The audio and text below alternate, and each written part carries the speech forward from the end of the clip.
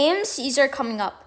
Let's make sure you're ready by going through these instructive examples sourced from past competitions. This video is about combinatorics. These problems cover a range of difficulties. Let's begin. How many ways can a student schedule 3 mathematics courses, algebra, geometry, and number theory, in a 6-period day if no 2 mathematics courses can be taken in consecutive periods? What courses the student takes during the other 3 periods is of no concern here. Okay, so we have 6 periods, and we need to choose 3 of them to take mathematics courses in. So it actually suffices to just choose 3 of these places, but algebra, geometry, and number theory are distinct courses, so we need to multiply by 6. Because there's 6 ways to fill these in with A, G, and N, which are algebra, geometry, and number theory, respectively. So how many ways are there to circle 3 of these? Well, it's not that hard to list out. So there's the way above, there's also this way, there's this way,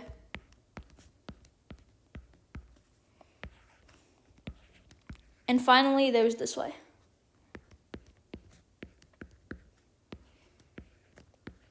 So we were organized here because we just went through and looked at and we ordered them by whichever ones have more elements further to the left. This is kind of vague, but you can see what we're doing here. Like, we're starting with all of them farthest to the left, and then we're moving one over, and then we're moving one over, and then finally we're moving this one over. So then we know that there's going to be 4 here. And then we multiply that by 6 because we can arrange A, G, and N. So the answer is 24. Another way to note that there's no more cases is that this is the last answer choice because there's no 30. So that means that there's not 5 or more cases. Okay, let's move on to the next problem. How many rearrangements of A, B, C, D are there in which no 2 adjacent letters are also adjacent letters in the alphabet? For example, no such rearrangements could include either AB or BA. So a common strategy is to look at the answer choices. So all of these answer choices are pretty small, which means that we could be able to list them all out. But let's still do casework. So it looks like B and C are the most restrictive letters, because if A is not as restrictive, because the only condition is that it can't be next to B. But for B and C, we know that they can only be next to 1 letter. So B and C can only be next to 1 letter, which means that B and C are on the corners. Because if they're not, then they're going to be next to 2 letters. So there's either that way or this way. And for this way, DA works, and for this way, AD works. So that solves the problem. We can verify that these work because B and D are not consecutive, D and A are not consecutive, and A and C are not consecutive. C and A are not consecutive, A and D are not consecutive, and D and B are not consecutive. So the answer is C. Next problem. At a gathering of 30 people, there are 20 people who all know each other and 10 people who know no one. People who know each other hug, and people who do not know each other shake hands. How many handshakes occur?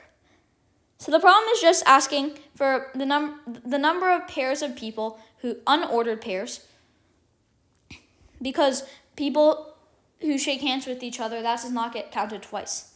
So we're just finding the number of unordered pairs of people who don't know each other. So we have we have all these people who all know each other. And then we have these 10 people who know no one. So to choose people who know others, who don't know anyone, to choose pairs of people who don't know each other, we know that we can't choose 2 people in here because they'll already know each other. So we'll have to choose a person from here and a person from here, or a person from here and a person from there. Okay, so if we choose a person from here and a person from there, then that's going to be that's going to be 20 times 10 ways, which is 200. And if we choose 2 people from here, then that's going to be 10 choose 2, which equals to 45 ways.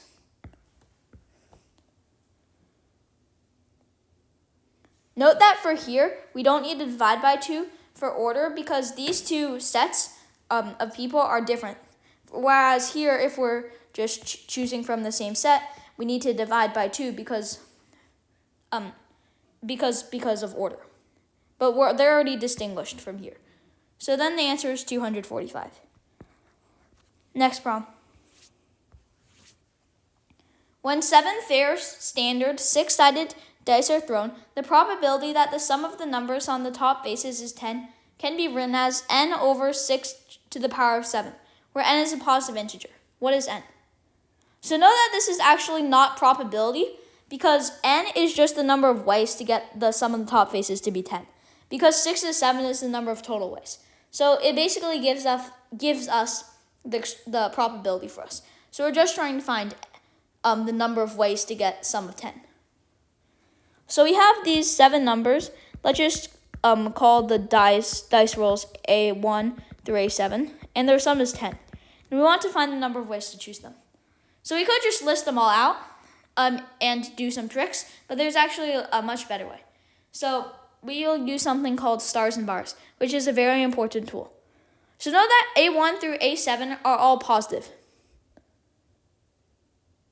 So by stars and bars, you should learn stars and bars if you haven't already. The idea is that if we have a bunch of numbers, A1, A2 through AN, and they sum to K, and they're all positive, and we're trying to find the number of ways to choose those numbers, then the number of ways to choose them is K minus 1, choose N minus 1. Note that this is if they're positive, not necessarily non-negative.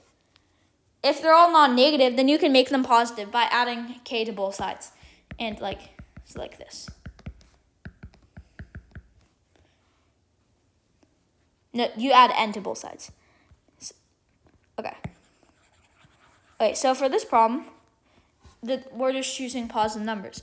So it's 9, choose 6.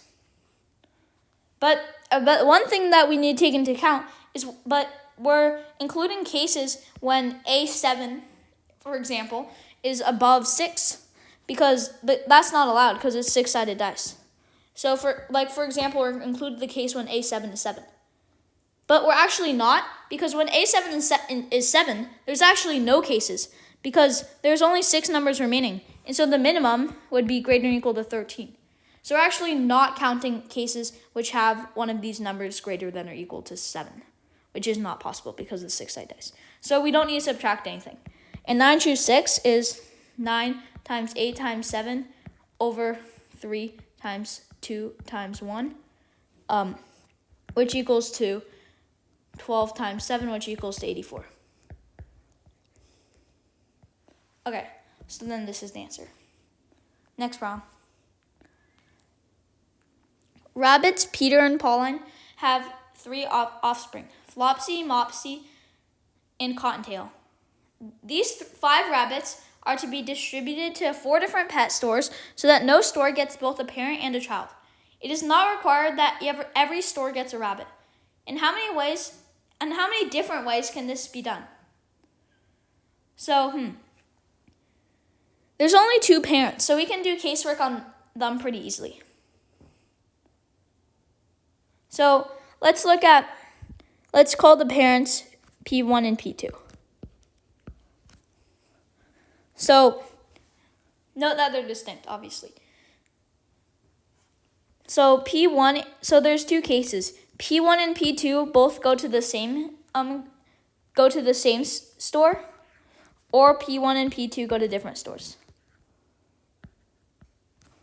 So if they go to the same store, then that means that there's 3 stores left for the 3 other rabbits. So then because no store gets both a parent and a child, which means that there's only going to be 3 stores left. So then for this case, it's 3 cubed, because there's 3 stores to choose from, and there's 3 rabbits. Okay, so for this case, there's P1 and P2, and so there's 2 stores left.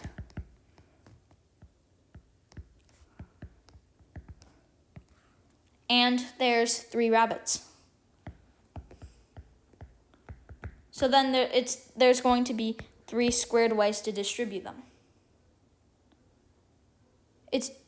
There's 3 squared ways to distribute them because each rabbit has a choice between 2 stores.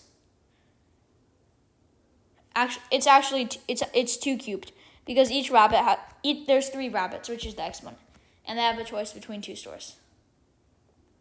Okay, but this is not the actual answer because for this, because the stores are distinguishable.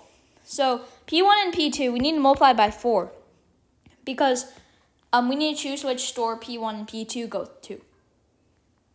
And similarly for here, we have 4 choices to choose which store P1 goes to, 3 choices to choose which store P2 goes to. So then this equals to 108, and this equals to 96. And the sum of these is 204. Next problem. Okay, so let's discuss a useful concept called stars and bars and one of its applications. So we saw that stars and bars help solve this problem. So let's cover some deeper applications. So let's just say stars and bars is a very important tool. So let's just say that we have all these numbers that sum to k. So we already know that if they're all positive, then there's k minus 1 choose n minus ways to choose what they are. But if they're not negative, then as we mentioned this earlier, then we can do this, which is a clever trick. And then we need to add n times 1, which equals to k plus n. And note that these are all positive. So now we're choosing positive numbers which sum to k plus n, So then this is just k plus n minus 1. Choose n minus 1 by normal stars and bars. Now what about odd numbers? So what if we're given a bunch of odd numbers sum to number and odd positive integers? So how do we count them? The number of ways to distribute them. So let's just say A1 is 2 times K1 minus 1. And A2 is 2 times K2 minus 1, and so on. So then this would give that 2K1 minus 1 plus 2K2 minus 1 plus and so on until 2Kn minus 1 equals to K. But notice that K1 through Kn are different from K. And note that these are all odd numbers. This is the form for odd numbers. But K1 through Kn are all positive integers. Because if K1 is 1, for example, then 2 times K1 minus 1 would be 1. And if K1 is 2, then it would be 3. If K1 is 3, then it would be 5, and so on. And those are just the odd numbers. So then we're just trying to find the number of positive integer solutions to this with no restrictions on whether or not it's odd or even. And so this is equal to 2 times K1 plus K2 plus ... plus Kn. And then minus n is equal to K. Then this equals to is equal to n plus K. And so then this equals to n plus K over 2. So then the answer is just n plus K over 2. And they're all positive. But the more standard is to do this, but then we'll have non-negative because it could be 0. So then it's n plus K over 2 minus 1. Choose n minus 1 numbers. So if we want to test that this actually works, let's clear this.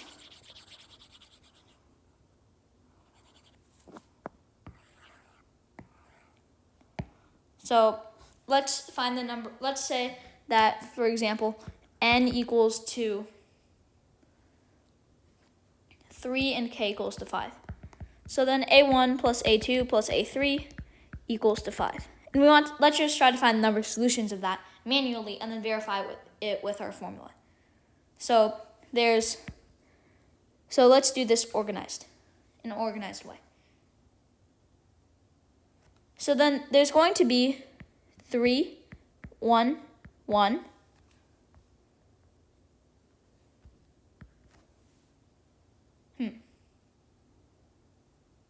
Wait, but can A1 be 5? So A1 can either be 5, 3, or 1. But it can't actually be 5 because then A2 and A2 plus A3 is 0, which is impossible since they're both positive. So it's 3, 1, 1, which is maximizing A1. So then now, wait, but this is the only configuration, 3, 1, 1. So then there's just 3 ways because it's just the permutations of 3, 1, 1, which is 3, 1, 1, 1, 3, 1, and 1, 1, 3. That's cool. So let's check that this works. So if we plug this in, then we'll get 4 minus 1, choose 3 minus 1, which equals 2, 3. 3, choose 2. Okay, so we verified the formula with this case. And now let's try exactly using deriving it. So A1 is equal to 2k1 minus 1, so on.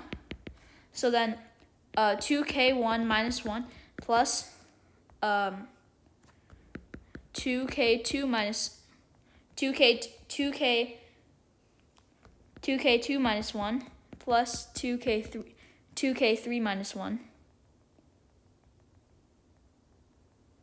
plus 2k3 minus 1 is equal to 5, which means that k1 plus k2 plus k3 is equal to 4. And so that will give 3 choose 2, which equals the 3 solutions, which is what we wanted. So that proves this. Okay. So now let's discuss one more thing. So how many ways are there to arrange the letters of, let's say, math? Well, this is just 4 factorial ways to arrange them. But how many ways are there to arrange the letters of mat? Well, this actually is not 4 factorial because in that case let's just call the first of all, let's call the t's distinct, like MA T1 T2. Then this is 4 factorial. And note that here we're counting MA T1 T2 and MA T2 T1, which are different if we're defining the t's to be different. Now let's get rid of those. And let's just say the t's are actually different. Then these cases are identical. So we're overcounting, actually. So it's not 4 factorial if we just do the normal mat. So how do we account for this? So we just need to divide by 2 factorial. Because there's 2 factorial ways to arrange the t and the t. And we need to divide by that because we're overcounting those cases. So then there's actually just 12 ways. And in general, if we have x of one thing, not necessarily letter, we're just doing that, x1 of one thing, x2 of another, x3, and so on until xn, and we're trying to find the number of ways to arrange them, then it would be x1 plus, let's just say the total is n. So x1 plus x2 plus x3, and so on, plus xn is equal to big N factorial, and then just over x1 factorial, x2 factorial, x3 factorial, so on, xn factorial. And so that's the formula. So that's it for this video. If you like this video, please like and subscribe. Thank you.